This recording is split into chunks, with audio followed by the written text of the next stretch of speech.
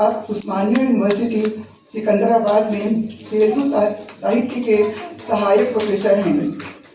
आप सांस्कृतिक रूप से निरंतर सक्रिय हैं। श्री आदि नारायण को युवा पुरस्कार से सम्मानित करते हुए भारतीय भाषा परिषद द्वारा प्रबोध करते हैं। My Dalit identity, my PhD topic, and my PhD studying in Hyderabad Central University. I explored Dalit autobiographies guided by the works of 7 great poets. I have authored 2 poetry books. Sir నా పేరు doctor Ginnarapu Adinarayana. నేను తెలుగు కవిని. నేను ఉస్మానియా విశ్వవిద్యాలయంలో assistant ప్రొఫెసర్గా పనిచేస్తున్నాను.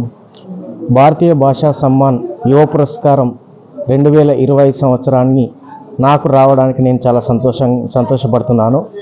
నేను ప్రధానంగా రచనలు చేయడానికి ప్రధాన కారణం ఏంటి అని అంటే నా జీవితమే నన్ను రాయించింది.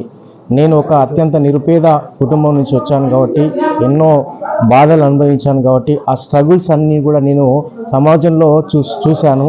ఆ సమాజంలో ఉండేటువంటి నాలాంటి వాళ్ళు ఎందరినో ఇన్స్పిరేషన్గా తీసుకొని వాళ్ళ లైఫ్ అన్నింటినీ కూడా నేను కవిత్వంగా మలుచుకోవడం అనేటువంటి జరిగింది.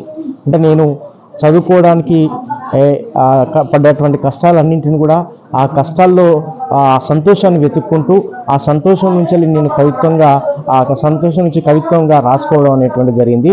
అలా రాసుకున్నటువంటి కవిత్వంలో నేను ఇప్పుడు నానీల సుగంధం కానీ తోవ నేర్పిన పాఠం కానీ, నానీల సుగంధం అనేటువంటిది, నానీలు అనేటువంటిది అంటే చిన్న కవితలు. అది 27 సంవత్సరాల క్రితం ఆచార్య ఎన్ గోపి గారు దాన్ని ఆ ప్రక్రియను ప్రవేశపెట్టడం అనేటువంటి జరిగింది తెలుగులో. సో 27 సంవత్సరాల క్రితం ప్రవేశపెట్టినటువంటి నానీలు అనేటువంటి ప్రక్రియను నేను ఇప్పుడు రాయడం అనేటువంటిది జరిగింది. దాంట్లో ఆ నానీల్లో ప్రధానంగా ఉండేటువంటి లక్షణాలు ఏంటి అని అంటే 4 పాదాలుగా ఉంటుంది. 20 నుంచి 25 అక్షరాలు మాత్రమే దాంట్లో ఉంటాయి.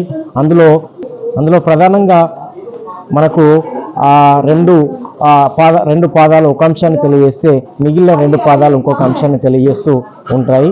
సో ఇట్లా నానీలను 2023 సంవత్సరంలో నేను ప్రచురించడం అనేటువంటి జరిగింది. ఆ తర్వాత తొవ్వ నేర్పిన పాఠం అనేటువంటి వచన కవిత్వం, ఈ వచన కవిత్వాన్ని నేను 2024 సంవత్సరంలో తీసుకురావడం అనేటువంటి జరిగింది. ఇందులో ప్రధానంగా దాదాపు నా జీవితానికి సంబంధించినటువంటి అనేక రకాలైనటువంటి అంశాలను, ఆ తర్వాత సమాజంలో ఉండేటువంటి సామాజిక అంశాలన్నింటి గురించి నేను ఆ కవిత్వంగా తీసుకురావడం అనేటువంటి జరిగింది. ఆ తర్వాత నేను హైదరాబాద్ సెంట్రల్ యూనివర్సిటీలో నేను ఆ ఎంఏ ఎంఫిల్ పిహెచ్డి కూడా చేయడం అనేటువంటి జరిగింది. ఆచార్య దార్ల వెంకటేశ్వరరావు గారి పర్యవేక్షణలో మా గురువుల ప్రోత్సాహం కూడా నాకు ఎక్కువగా ఉండింది ఆనాటి కాలంలో. అందుకోసం నేను ఈ రచనలు చేయగలిగాను.